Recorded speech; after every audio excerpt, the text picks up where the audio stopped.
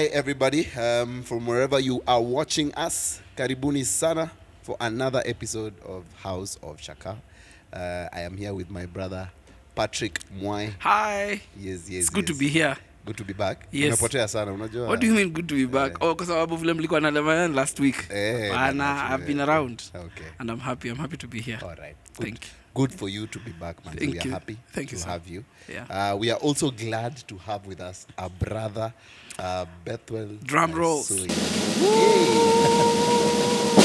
I'm so happy to be here. Thank you so much. Karibu sana. man. Yeah. Something interesting, Pascal, Yes. about Bethu is the first time I met him, I didn't meet him. So we used Umesema to be the tunaanza na same. poetry. The first time I met him, I didn't meet him. Mystery. Tulikuwa esto moja. Okay.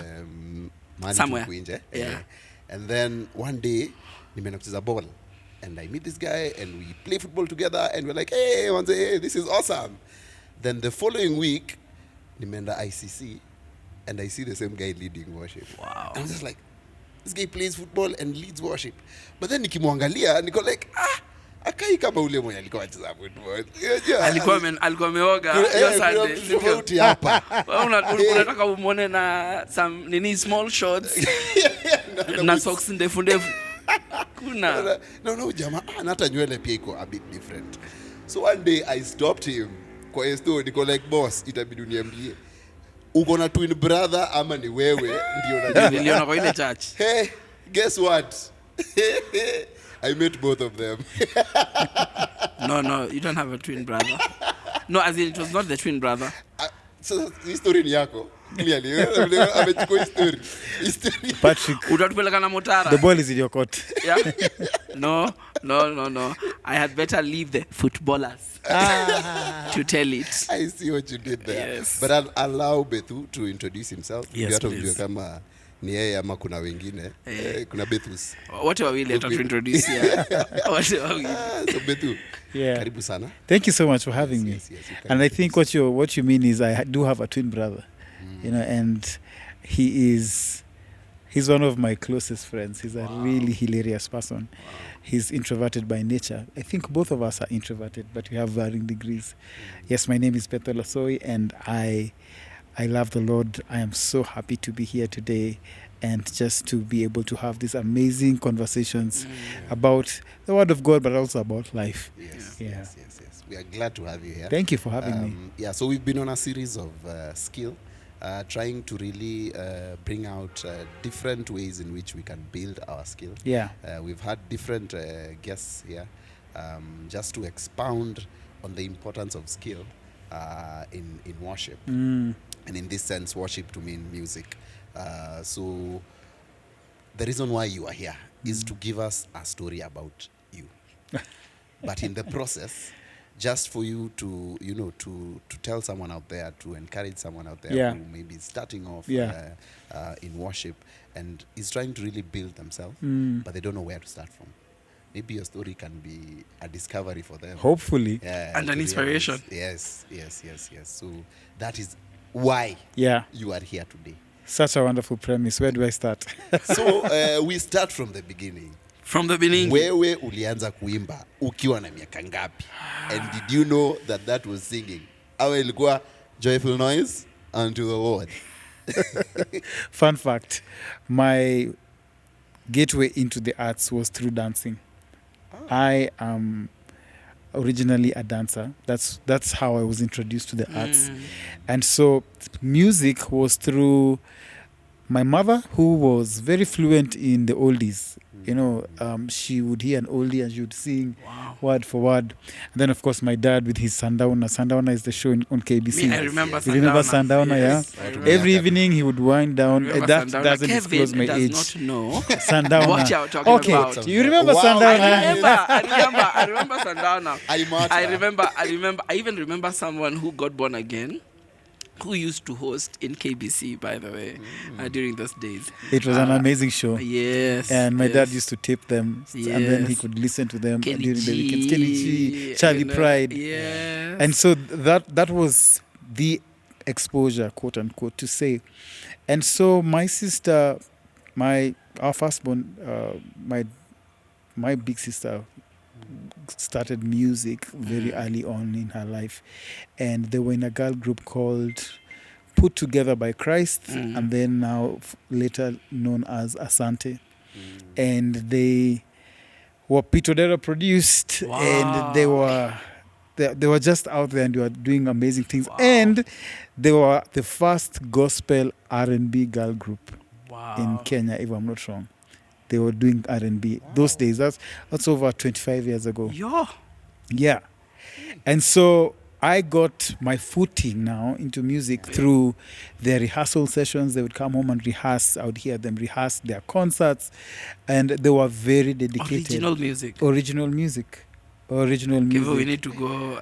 We need to search. Yeah. And that's when I began to have an ear. That was maybe when I was about 10, 11, 12, between 10 and 12 years. Okay. And it was only until 2006 when I sang a note or a chorus, let me say that. And I was like, okay, maybe I have a gift here.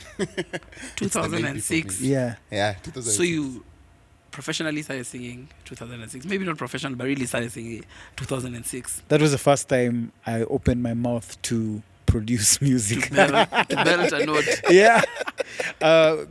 Professionally, it would be maybe 5 or 6 years later. Yes. Amazing. What was the inspiration, even before Kev asks the next question, what was the inspiration between the switch over between dance into singing? It was such a natural progression. I still love dance. I'm a huge believer in the arts, and especially dance, being a dance enthusiast. And so making the switch was just out of curiosity. Let me see what else art can give me, or the other side of art. And it wasn't anything, there wasn't a burning bush moment or a light bulb moment. It was just out of curiosity, and by nature I was very curious at that time when I was that particular age. So by the time I got to sing my first solo, I was about 19 years old. Yeah. Amazing. Wow. Okay. So you get to this point where now you're singing. Now you're building your skill.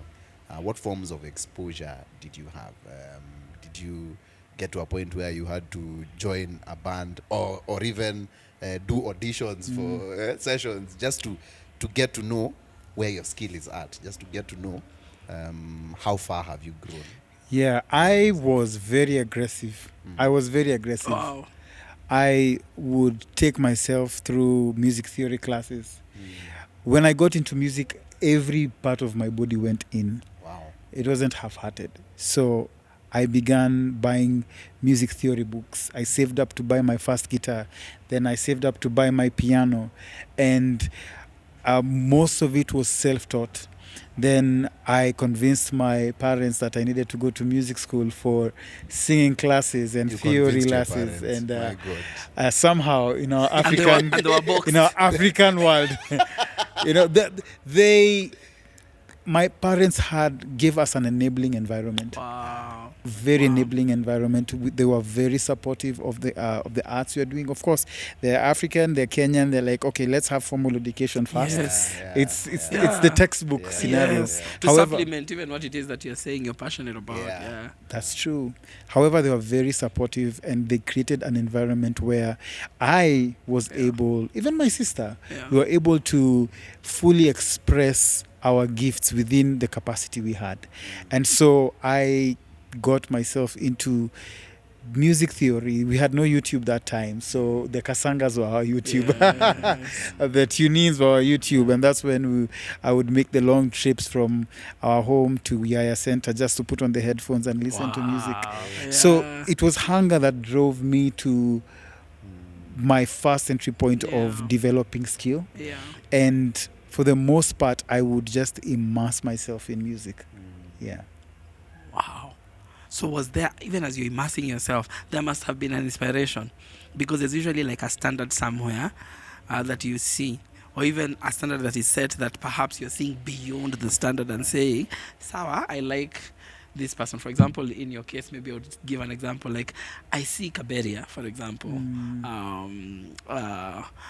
But I'm really inspired. I'd love to get there. Was there someone who's really inspiring you, or Great it was question. a very innate passion for you to actually burst into excellence? That's a great question. For dance, I can pick out the Yes, inspiration. someone, yeah. It's very clear. I Yeah. knew we had Olova dance Yeah. group at that time. We had Stomper. Stompers. I was Yeah. part of Stompers. Yeah, obvious. We had City Lighter, Yeah. City Lights. City Lights. from I an remember, LC. yeah. Yeah, for dance, it was very obvious. But for singing, it was an innate drive. I didn't Yeah. have Wow. ready examples.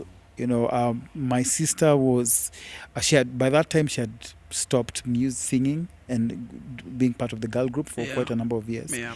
And so it was just this drive to find out what is this music all about. And the first entry point was jazz. Whoa. And that's where I connected. I fell in love with music through jazz. Wow. And I would go to jazz clubs. I would go for jazz gigs and Wow. jazz concerts. Jazz fest. At Jazz Fest, Rachel Ferrell, Konya Dos, all those artists. Wow. I would save up to buy the latest albums, which are expensive for someone who was not in their working capacity. Yeah. And so go back home and listen. However, inspiration, when I look at it as a big canvas, Kirk Franklin has a lot to do with it. Through the dance era. Yeah. Because that's the music I connected Yeah. to. Yeah. Okay. And in your journey of seeking your skill, are there moments where you got disappointed? I remember there was a time you had told me that you did some auditions somewhere. Oh, yeah. Yeah. Definitely. Disappointment is part of the culture of developing resilience to be able to withstand the times where you're going to step in, musically at least. And when I was growing in skill, or rather when I was just growing as a musician, there was a TPF, Tasker Project Yes. Fame. I had just turned 19 actually. That was, around the same time I started singing. Was that TPF1? TPF1. Wow. But at that time, they were only picking people 21 years and above. Yeah. So I still applied. Wow. And I wrote reasons. You should pick, I know I'm 19 years, but you should pick me however- because I am. Wow. Yeah. And I loved TPF1. I was, I Must have can't. been a rigorous It was process. when they went to Sarit Center to do the pop-up. I was there. Wow. I came early. I was such a massive fan. Yeah. Valerie Kimani, Alvan Gatitu, Yes, all that crew. Yes, I remember. It was the best thing ever. I remember. But the auditions now happened in KICC, if I'm not wrong. I do not know where they held the auditions. Okay. Yeah. When I was 20, same thing happened. When I was 21, again I auditioned because now I was of age. Now you're of age. Yeah, I applied and I auditioned. Yes. And I remember going through the first two rounds. Well done. Yeah, and I was going in at past midnight. It was such a long day. And then I was so hopeful that I would get into the house and the music community at that time for TPF. And then I got that call, like, sorry, you didn't make the final cut. At least And they I had was the so courtesy of disappointed. calling. Yeah, I'm I'm so telling sorry. you, Yeah. I was so disappointed. And then there was Idols, African Idol. Now that one was the greatest disappointment because I was about 22 years, I believe, so around then. And I was working on my skill, I was working on my gift, but I was still dancing. Wow. And so the auditions were on Saturday, but the night before we had dance rehearsals at my house. The Because I was whole still, night. I was dabbling. It was a dance rehearsal kesha. Whoa. And not a wise move at all for someone who would be all. singing Yeah. the next day. And I hurt my voice because of The shouting. shouting Yeah. and a very rigorous session. And I realized I hurt my voice, and I said, okay, let me just go. And I auditioned for the judges, the like the Simon Cowell at that time, and Angela Ngwenyi was Yeah. was the lady who was auditioning. And when I started opening my mouth, they were smiling and they had an approval, and I had to go and hit a higher note. And that range was where my voice Yeah. was wounded. Yeah. And so my voice cracked. And you could just smell the disappointment in the room. Yeah. And they were not mean at all. They were not harsh. They just said, no, it's... And you know just what happened. It's a genuine downer. You sang and you started beautifully. We like your look, but now when you did, and you cracked, and so they had to send me home. So that was really disappointing, because I could tell that I knew I had put in so much work to get to that place, and then only for it you had put in so much work. So you had actually practiced and stuff. Yes, and it was around 2007, I believe so. Post-election, PEV, the PEV had just happened, which was so sad on our country, and they still decided to come and shoot it here. Wow, that is inspiring. Considering now with the people who know you, when they look at you and they're like, wewe ulikataliwa kwa nini? Aje, ulianza kuimba peke yako? Hapana. You started in a professional band. And so as we conclude, so you've gotten to this point where now you're building yourself, and then highest praise comes into being. How did this come up? Highest praise came about 2012. Okay. And between 2007 and 2012, I began writing songs, and there was a gentleman called Tim Rimbui, innovator. Tim Rimbui, He helped me a lot develop. Tim was working with Akina Esther. Exactly. And he just... It was Kijiji? He was not Kijiji. But no, he was Rainmaker Music or something like that. And he... If you know Tim Rimbui, he's a straight shooter. You know, he doesn't mince his words. No beating around the bush. So I had an audition at his studio, and he just looked at me. He's like, okay, I can tell you can sing. So do you know how to write a song? And that's when it hit me that there's a different aspect, another level now. Yeah, and we started writing songs. You know, I'd go to his studio and he'd put a track, and would write songs. Unfortunately, we never got to produce any music with that, and so year after year I began developing the muscle of writing a song.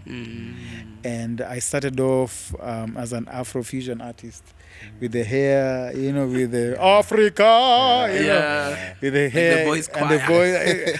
I was all in. But as I began serving in church, I began to know who I was, not only in God, but as a musician, as an artist. It's very funny, that you getting to know yourself as you're serving the Lord, at that time. And so there are this bunch of people who are friends, and we happened to sing, and some of them happened to be the worship team. And I had a bunch of songs. I was like, let me put up a concert. And so I invited them, like, yo, do you want to sing with me, like BV? Like, yeah. And they were very, very, very easy guys. Very easy guys. Some of them are lifelong friends. We are literally family.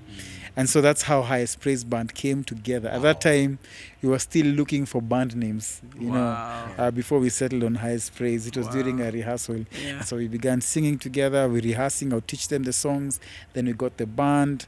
And then November 25th, 2012 was our first concert called Freedom Concert. Wow. Yeah. And you guys, it is important to note that you guys were still in the youth church and not in the main church. Yeah, in the youth church. Yes. Yeah, absolutely in the youth church, So that's phenomenal. Okay, and while building this group, did you face any challenges as a team? Because you're friends, kila kitu ilikuwa ina work out. In fact, because you're friends, sometimes things don't work out. But we were solid friends. Okay. It was a classic case of we are friends first before we put on different hats. And the challenges were there. Of course, we are young. Some of us are in campus. Yeah. Some of us are doing their gap year. Yeah. And of course, factors affecting infrastructure. Points ni zile. Points ni zile. Number one, lack of funds. Attack from neighboring communities. Attack from neighboring communities. Actually, lack of raw materials. And then if you want to get fancy, lack of policies. But the Yes. number one was lack of funds for what we needed to do. Yeah. We were broke dreamers, but that Wow. didn't stop us from dreaming. I like it. It didn't stop us from saying, we're going to have a concert at the end of the year, Yeah. and we don't know where we're going to get the costume, the money to do everything. But however, big shout out to ICC, Yeah. my home church, Yeah. because again, ICC is such an enabling environment for the arts, and we had the infrastructure around us. Wow. Rehearsal space. We practiced every day, 9 to 5 for 6 months, from about March to September, October. For that gig. Yeah, for that gig. And remember, for the most part, we were just finding our way through, through the songs, through... This was something totally new, but we were so dedicated. And these are guys who were spending their money to come from far and wide to church for rehearsals every day, Tuesday to That Tuesday, is a Wednesday. lot of passion. Yeah, 6 a.m., 10 a.m. to 4 p.m. Wow. every day for 6 months without fail, Putting in the work. putting in the work. Wow. For a couple of months, and then you say that they're gifted. Hey, Okay, sir, they're gifted, Yeah, but there is the... Yes. And that's very important. I think with such a foundation, it cannot be less than that. Yes. Henceforth. Yes. Wow, Yeah. phenomenal. What would you say? What would you say to a group, maybe like a young worship team that is starting? They have got very super varying levels of giftings among them. How can they establish a culture of excellence, so to say? Because most of the people also who watch this podcast are worship teams, actually. How can they establish now that, for you guys, your friends, and I think it's very important for there to be gelling, but beyond that, in terms of technical skills, because in this season, that's what we're going to be talking about. How can you advise young teams, maybe church plants teams and other forms of teams, to venture excellence into the ministry? Excellence. Stripping it all bare and going back to the fundamentals of the craft. So what is your craft? Wow. Is your craft singing? Is your craft playing the keyboard? Is your craft playing the guitar? And then now, if you've honed in on what you want to do, even if you want to do 2 or 3, I would recommend just honing on one in that particular season. Yeah. Break it down, come to the bare necessities of what is required. So what go basics. go basic, Go back go to the back, ground. strip it bare, go back to the ground. The reason I'm saying this is because many people are good musicians, but they can't be great because they don't have the technique. And technique requires good form, and it requires repetition. Yeah. So you understand what makes up the key elements of my craft, if it's singing. Then you start learning it properly, good form, and then you do it repetitive, and then you add speed, and then accuracy. Then it goes and becomes something bigger. So because we don't have that, then we have people who could be excellent musicians, just settling for good musicians. Because they jumped the Because scale. they jumped. They didn't have the fundamentals of building their craft. Yeah. Because if you don't have that foundation, you can't be... You have nowhere to go. Absolutely. You're just darting all around. Yeah. So for excellence, what you're saying, and I'm sorry, Kevo, because I know time is much spent, that it's very important for you to start go to the ground, and from ground zero you build up, but build up the right way. Exactly. Just like an instrument. Yeah. If you learn the piano the wrong way and you want to hold chords the way you want, you're going to be perfect bad habits. Yes, you'll sound good, but really there are things that there's a ceiling above you that you cannot go beyond. Same thing with singing. So then we need to know music theory. We Absolutely. need to know, because that is skill. Yes. That is form is theory. Form is skill work professionally. What is skill work? What is vocals professionally, and so on and so forth. Wow, amazing. And then you build up. And you said something very important, that you gain form, you gain foundations slowly, and then you repeat. It is repetition that builds skill. Yeah. Wow. Because art is communication, and the language that is required for you to communicate Yeah. very well is skill. Yeah. You know, for example, if I'm fluent in a particular language, Yes.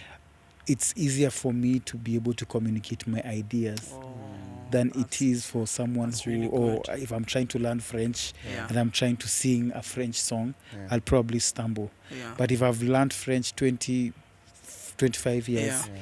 and I'm fluent in French, Yes. then I don't have to think about what I am saying. I express something else through Yes. the vehicle. Naturally. Yeah. Okay. There you have it, guys. Foundation. One of the important things to have. And the foundation has to be the right foundation. All right, So that you foundation. don't think that whatever you've started as a foundation is your right foundation. Yeah, as we said, there's a standard that has been provided for us here on earth on how music should be. And that's why even Pastor Patrick says we need to get into the theory of the music to understand the foundation. So that's where you start from. We will stop at that point, but we will be back again. I know there is a lot that we need to talk about. It's like you're just scratching the Hey, surface. yeah. Myself, I'm even getting inspired already. I'm just Me like, too, hey, me when too. are we going to end this podcast? And I think we need to warn our viewers Yeah, in a good way yeah, that in this series, yeah. in this season, there are things you're going to learn that are not going to be brought to you on the platter. That, Yeah. this is the lesson, by the way, for Yeah. this discussion. Yes. No. They're nuggets from life wisdom and experience that you're going Yeah. to draw, Yeah, and you can incorporate them as very important tools Yeah. for you to grow. yeah. Yeah, as we All right. continue. Yeah. So see you guys on the next episode.